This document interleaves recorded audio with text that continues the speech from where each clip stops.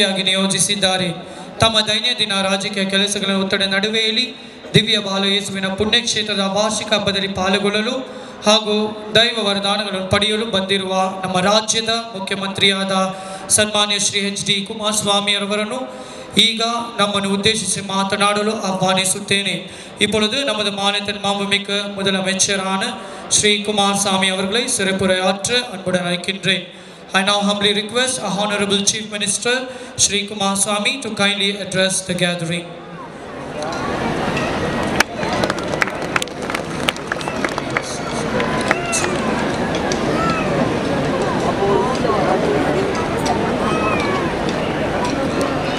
ಬೆಂಗಳೂರು ನಗರದ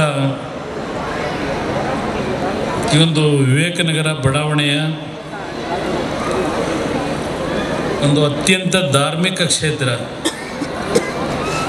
ಬಾಲ ಯೇಸುವಿನ ದೇವಾಲಯ ಮತ್ತು ಪುಣ್ಯಕ್ಷೇತ್ರದ 49ನೇ ವಾರ್ಷಿಕ ಮಹೋತ್ಸವವನ್ನು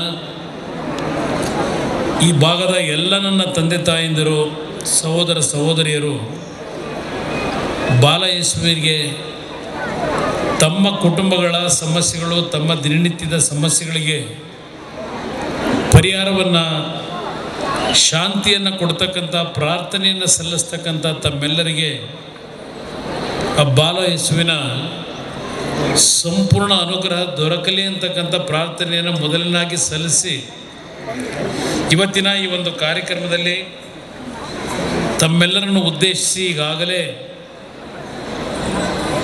ಕೆಲವು ಭಾವನೆಗಳನ್ನು ವ್ಯಕ್ತಪಡಿಸಿರ್ತಕ್ಕಂಥ ಧರ್ಮಾಧಿಕಾರಿಗಳಾಗಿರ್ತಕ್ಕಂಥ ಆರ್ತ್ ಬಿಷಪ್ ಬರ್ನಾಡ್ ಅವರೇ, ರೆವರೆಂಡ್ ಫಾದರ್ ಜಯನಾಥನ್ ಅವರೇ, ರೆವರೆಂಡ್ ಫಾದರ್ ಆಂಥೋನಿ ಸ್ವಾಮಿ ಅವರೇ, ರೆವರೆಂಡ್ ಫಾದರ್ ಜೋಸೆಫ್ ಮೆನೆನ್ಸ್ ಅವರೇ, ವಿಧಾನಸಭೆಯ ಸದಸ್ಯರು ಆತ್ಮೀಯರು ಆಗಿರ್ತಕ್ಕಂಥ ಸನ್ಮಾನ್ಯ ಹ್ಯಾರಿಸ್ ಅವರೇ, ಮತ್ತೊಬ್ಬ ವಿಧಾನಸಭೆಯ ಸದಸ್ಯರಾಗಿರ್ತಕ್ಕಂಥ ಸಹೋದರಿ ಸಮಾನರು ಆಗಿರ್ತಕ್ಕಂಥ ಸೌಮ್ಯ ರೆಡ್ಡಿ ಅವರೇ, ವಿಧಾನಸಭೆಯ ಆಂಗ್ಲೋ ಇಂಡಿಯನ್ ಕಮಿಟಿಯ ವತಿಯಿಂದ ಆಯ್ಕೆ ಆಗಿರ್ತಕ್ಕಂಥ ವಿಧಾನಸಭೆಯ ಸದಸ್ಯರು ಆಗಿರ್ತಕ್ಕಂಥ ಸಹೋದರಿ ವಿನೇಶಾ ನೆಹರು ಅವರೇ, ಈ ಒಂದು ಸಮಾರಂಭದ ವೇದಿಕೆ ಮೇಲೆ ಉಪಸ್ಥಿತಕ್ಕಂಥ ಎಲ್ಲ ಧರ್ಮಾಧಿಕಾರಿಗಳೇ ಮತ್ತು ಈ ಒಂದು ಕಾರ್ಯಕ್ರಮದಲ್ಲಿ ಭಾಗವಹಿಸಿರ್ತಕ್ಕಂಥ ಬೆಂಗಳೂರು ನಗರದ ಹಲವಾರು ಭಾಗಗಳಿಂದ ಇವತ್ತಿನ ಈ ಒಂದು ವಾರ್ಷಿಕೋತ್ಸವದ ಸಮಾರಂಭಕ್ಕೆ ಭಾಗವಹಿಸಿ ದೇವರ ಆಶೀರ್ವಾದವನ್ನು ಪಡೆಯಲಿಕ್ಕೆ ಬಂದಿರತಕ್ಕಂಥ ಎಲ್ಲ ನನ್ನ ಹಿರಿಯರೇ, ತಾಯಂದಿರೇ, ಮಾಧ್ಯಮದ ಮಿತ್ರರೇ, ಈ ಒಂದು ಧಾರ್ಮಿಕ ಕಾರ್ಯಕ್ರಮದಲ್ಲಿ ನಾವೆಲ್ಲ ಏನು ಪಾಲ್ಗೊಂಡಿದ್ದೇವೆ. ಬಾಲ ಯೇಸು ಇವತ್ತಿನ ಒಂದು ಬೆಂಗಳೂರು ನಗರದ ನಾಗರಿಕರಿಗೆ ಕೇವಲ ಕ್ರಿಶ್ಚಿಯನ್ ಸಮಾಜದ ಒಂದು ಪ್ರಾರ್ಥನೆಯನ್ನು ಸಲ್ಲಿಸ್ತಕ್ಕಂಥ ಧಾರ್ಮಿಕ ಕ್ಷೇತ್ರವಲ್ಲ ಇದು. ಈ ನಾಡಿನಲ್ಲಿರ್ತಕ್ಕಂಥ ಎಲ್ಲ ಸಮಾಜದ ಬಂಧುಗಳು, ಎಲ್ಲ ಧರ್ಮವನ್ನು ಆಚರಣೆ ಮಾಡ್ತಕ್ಕಂಥವರು ಹಲವಾರು ಸಮಸ್ಯೆಗಳನ್ನು ಪರಿಹಾರವನ್ನು ಕಂಡುಹಿಡಿಯಬೇಕು ಅಂತಕ್ಕಂಥ ಹಿನ್ನೆಲೆ ಒಳಗೆ ದೇವರಿಗೆ ಪ್ರಾರ್ಥನೆಯನ್ನು ಸಲ್ಲಿಸಲಿಕ್ಕೆ ಈ ಮಂದಿರಕ್ಕೆ ಬರ್ತಕ್ಕಂಥದ್ದನ್ನು ನಾನು ಬಹುಶಃ ಚಿಕ್ಕ ವಯಸ್ಸಿನಿಂದ ಗಮನಿಸಿದ್ದೇನೆ ಅಂತಕ್ಕಂಥದ್ದನ್ನು ಈ ಸಂದರ್ಭದಲ್ಲಿ ಹೇಳಲಿಕ್ಕೆ ಬಯಸ್ತೇನೆ. ಇವತ್ತಿನ ಈ ಒಂದು ಕಾರ್ಯಕ್ರಮದಲ್ಲಿ ಧಾರ್ಮಿಕ ಗುರುಗಳಾಗಿರ್ತಕ್ಕಂಥ ಬರ್ನಾಡ್ ಅವರು ಬೈಬಲ್ನಲ್ಲಿ ಇರ್ತಕ್ಕಂಥ ಕೆಲವು ಸೂಕ್ಷ್ಮವಾದಂಥ ವಿಷಯಗಳನ್ನು ನಮ್ಮ ಒಂದು ಆಚರಣೆಯಲ್ಲಿ ಯಾವ ರೀತಿ ಇರಬೇಕು ಅಂತಕ್ಕಂಥ ವಿಷಯಗಳನ್ನು ಈ ಒಂದು ವೇದಿಕೆ ಮೇಲೆ ಪ್ರಸ್ತಾಪ ಮಾಡಿದ್ದಾರೆ. 49ನೇ ವಾರ್ಷಿಕೋತ್ಸವವನ್ನು ಈ ಭಾಗದ ತಾವೆಲ್ಲರೂ ಇವತ್ತಿನ ದಿನ ಆಚರಣೆಯನ್ನೇನು ಮಾಡ್ತಾ ಇದ್ದೀರಿ. ಇವತ್ತು ಪ್ರತಿಯೊಬ್ಬ ಮಾನವ ಜೀವಿಯಲ್ಲಿ ಇರಬೇಕಾಗಿರ್ತಕ್ಕಂಥದ್ದು ಒಂದು ಮಾನವೀಯ ಮೌಲ್ಯಗಳ ಜೊತೆಗೆ ಸಮಾಜದಲ್ಲಿರ್ತಕ್ಕಂಥ ಅತ್ಯಂತ ಬಡವರ್ಗದ ಜನತೆಯ ಸಮಸ್ಯೆಗಳನ್ನು ಬಗೆಹರಿಸ್ತಕ್ಕಂಥದ್ರಲ್ಲಿ ತಮ್ಮ ಅಕ್ಕಪಕ್ಕದ ಕುಟುಂಬಗಳು ಯಾವೊಂದು ಸಮಸ್ಯೆಗಳಿಗೆ ಒಳಗಾದಾಗ ಅವರಿಗೆ ನೆರವಿಗೆ ಹೋಗ್ತಕ್ಕಂಥ ಒಂದು ಭಾವನೆಗಳು ನಮ್ಮಲ್ಲಿ ಬಂದಾಗ ಈ ಸಮಾಜದಲ್ಲಿ ಒಂದು ಉತ್ತಮವಾದಂಥ ಸಮಾಜವನ್ನು ಕಟ್ಟಲಿಕ್ಕೆ ಸಾಧ್ಯ ಆಗ್ತದೆ. ಇವತ್ತು ಯಾವೊಂದು ಧರ್ಮದ ಹೆಸರಿನ ರಾಜಕಾರಣಗಳಿಂದ ದೇಶದಲ್ಲಿ ಒಂದು ರೀತಿಯ ಸಂಘರ್ಷಕ್ಕೆ ದಾರಿಯನ್ನು ಮಾಡ್ತಕ್ಕಂಥ ಒಂದು ವರ್ಗವನ್ನು ತಾವು ಕಾಣ್ತೀರಿ. ಆದರೆ ಇವತ್ತು ಇರ್ತಕ್ಕಂಥ ಹಿಂದೂ ಮುಸಲ್ಮಾನ್ ಮತ್ತು ಕ್ರಿಶ್ಚಿಯನ್ ಸಮಾಜದ ಬಂಧುಗಳಿಗೆ ಈ ಒಂದು ವೇದಿಕೆ ಮುಖಾಂತರ ಹೇಳಲಿಕ್ಕೆ ಬಯಸ್ತೇನೆ. ಮೊದಲು ನಾವೆಲ್ಲ ಮಾನವ ಜೀವಿಗಳಾಗಬೇಕು, ನಮ್ಮ ಧರ್ಮವನ್ನು ನಾವು ರಕ್ಷಣೆ ಮಾಡಬೇಕು. ಆದರೆ ಎಲ್ಲ ಧರ್ಮವೂ ಒಂದೇ ಅಂತಕ್ಕಂಥದ್ದನ್ನು, ಆ ಪ್ರತಿಯೊಂದು ಧರ್ಮದಲ್ಲಿ ನಾವು ಆಚರಣೆ ಮಾಡ್ತಕ್ಕಂಥದ್ದು ಎಲ್ಲ ಒಂದೇ ರೀತಿಯ ಒಂದು ಸಂದೇಶಗಳನ್ನು ಇವತ್ತು ಈ ಧರ್ಮಗಳಲ್ಲಿ ನಮಗೇನು ಕೊಟ್ಟಿದ್ದಾರೆ, ಆ ಧರ್ಮಗಳನ್ನು ಆಚರಣೆ ಮಾಡೋದ್ರ ಮುಖಾಂತರ ಈ ಒಂದು ಸಮಾಜ ಒಂದು ಶಾಂತಿಯ ಒಂದು ವಾತಾವರಣದಲ್ಲಿ ಇರಬೇಕು ಅಂತಕ್ಕಂಥದ್ದು ನನ್ನ ಅಭಿಪ್ರಾಯ. ಬಹುಶಃ ನನಗೆ ಒಂದು ಚಿಕ್ಕ ವಯಸ್ಸಿನಿಂದ ನಾನು ಗಮನಿಸಿರ್ತಕ್ಕಂಥದ್ದು, ಈ ಒಂದು ಕ್ರಿಶ್ಚಿಯನ್ ಸಮುದಾಯ ಅತ್ಯಂತ ಸರಳ ಸ್ವಭಾವದ, ಮೃದು ಸ್ವಭಾವದ ಒಂದು ಸಮಾಜ ಅಂತಕ್ಕಂಥದ್ದನ್ನು ಹೇಳಲಿಕ್ಕೆ ಬಯಸ್ತೀನಿ. ಬಹುಶಃ ಮಾನವ ಜೀವಿಯನ್ನು ಅತ್ಯಂತ ಹೆಚ್ಚಿನ ರೀತಿಯಲ್ಲಿ ಗೌರವಿಸ್ತಕ್ಕಂಥ, ಪ್ರತಿಯೊಂದು ಜೀವಿಗೆ ಅತ್ಯಂತ ಹೆಚ್ಚಿನ ಬೆಲೆಯನ್ನು ಕೊಡ್ತಕ್ಕಂಥ ಒಂದು ಸಂದೇಶವನ್ನು ಹೊಂದಿರತಕ್ಕಂಥ ಸಮಾಜ ಕ್ರಿಶ್ಚಿಯನ್ ಸಮಾಜ ಅಂತಕ್ಕಂಥದ್ದನ್ನು ನಾನು ಚಿಕ್ಕ ವಯಸ್ಸಿನಿಂದ ಅರಿತಿದ್ದೇನೆ. ಇವತ್ತು ಶಿಕ್ಷಣ ಕ್ಷೇತ್ರದಲ್ಲಿ, ಇವತ್ತು ವೈದ್ಯಕೀಯ ಕ್ಷೇತ್ರದಲ್ಲಿ ಕ್ರಿಶ್ಚಿಯನ್ ಸಮಾಜ ಈ ದೇಶಕ್ಕೆ ಕೊಟ್ಟಂಥ ಕೊಡುಗೆ, ಈ ದೇಶದ ಬಡವರಿಗೆ ಕೊಟ್ಟಂಥ ಕೊಡುಗೆ ಅತ್ಯಂತ ಅಪಾರ ಅಂತಕ್ಕಂಥದ್ದು ನಾನು ಈ ಸಂದರ್ಭದಲ್ಲಿ ಸ್ಮರಿಸ್ಕೊಳ್ಳಿಕ್ಕೆ ಬಯಸ್ತಾ ಇದ್ದೇನೆ.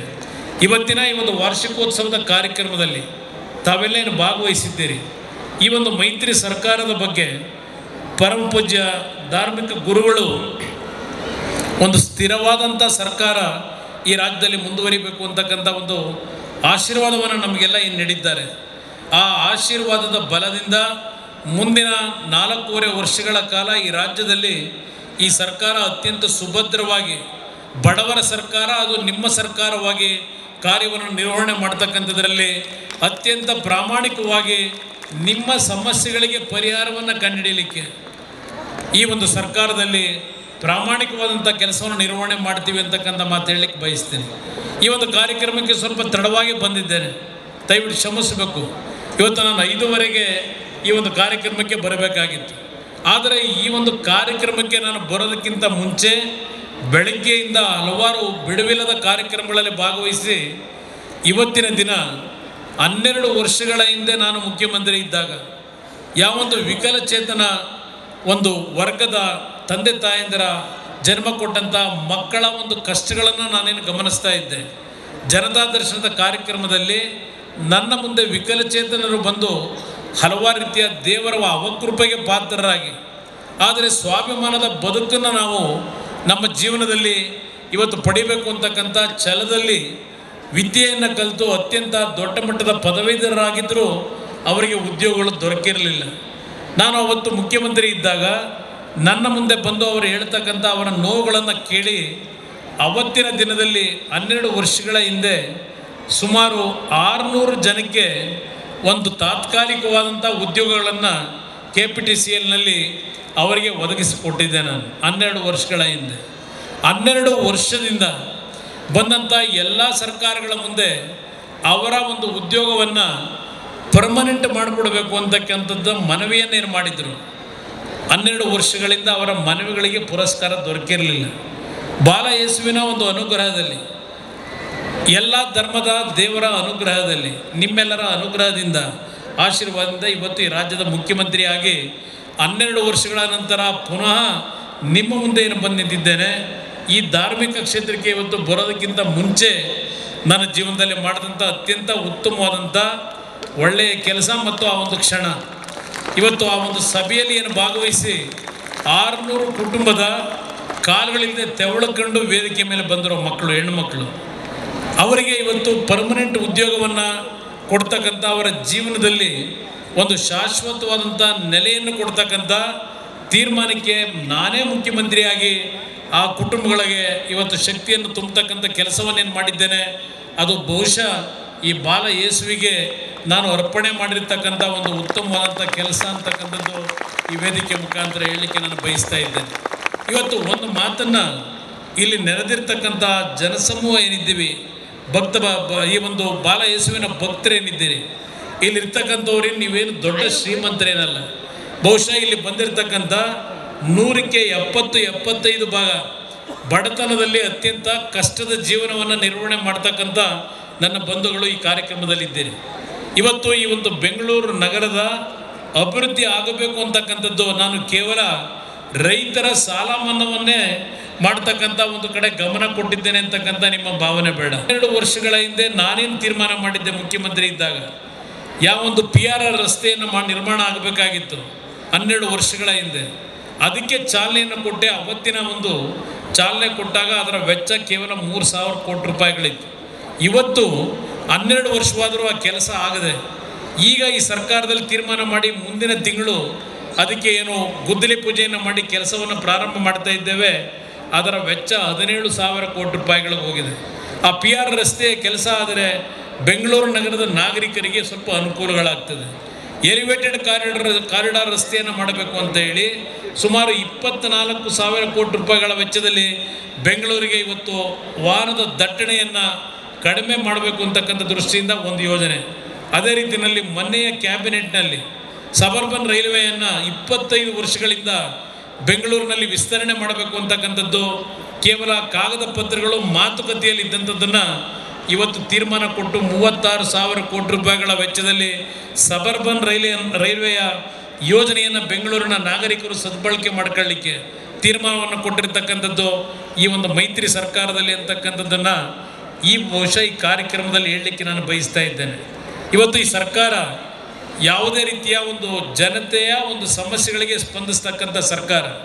ನಾನು ಇಲ್ಲಿ ನೆರೆದಿರ್ತಕ್ಕಂಥ ಹಲವಾರು ಬಂಧುಗಳು ಯಾರು ಬೀದಿ ವ್ಯಾಪಾರಿ ಕೆಲಸವನ್ನು ಮಾಡಿ ನಿಮ್ಮ ಕುಟುಂಬವನ್ನು ಸಾಕ್ತಾ ಇದ್ದೀರಿ, ತಾವು ಯಾವೊಂದು ಶ್ರೀಮಂತರ ಮುಂದೆ ಬಡ್ಡಿಗೆ ಹಣವನ್ನು ತೆಗೆದುಕೊಂಡು ನಿಮ್ಮ ಕುಟುಂಬದ ನಿರ್ವಹಣೆ ಮಾಡಲಿಕ್ಕೆ ಬೀದಿ ವ್ಯಾಪಾರಿಗಳು ಬೆಳಗ್ಗೆ ನಾನು ನೋಡಿದ್ದೇನೆ.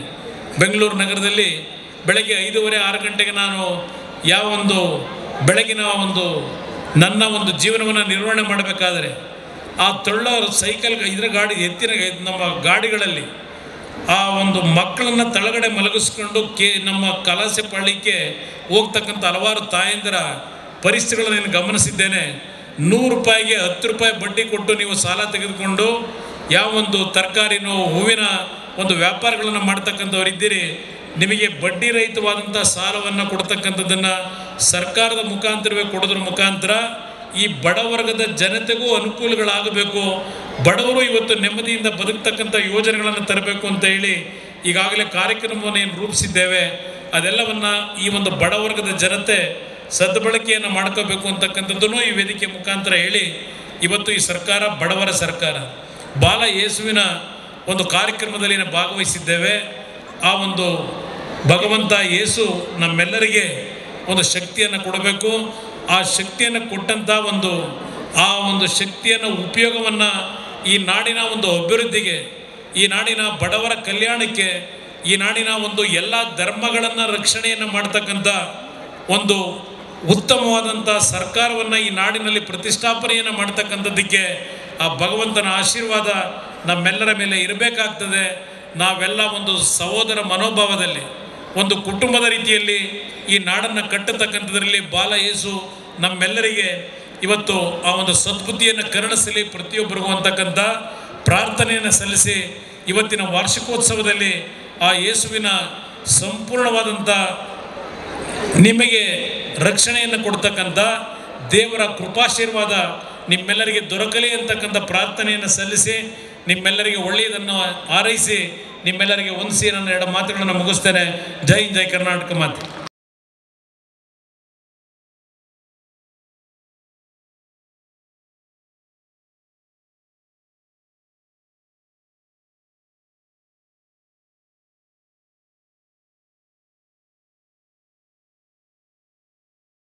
My heartfelt gratitude for this video viewers.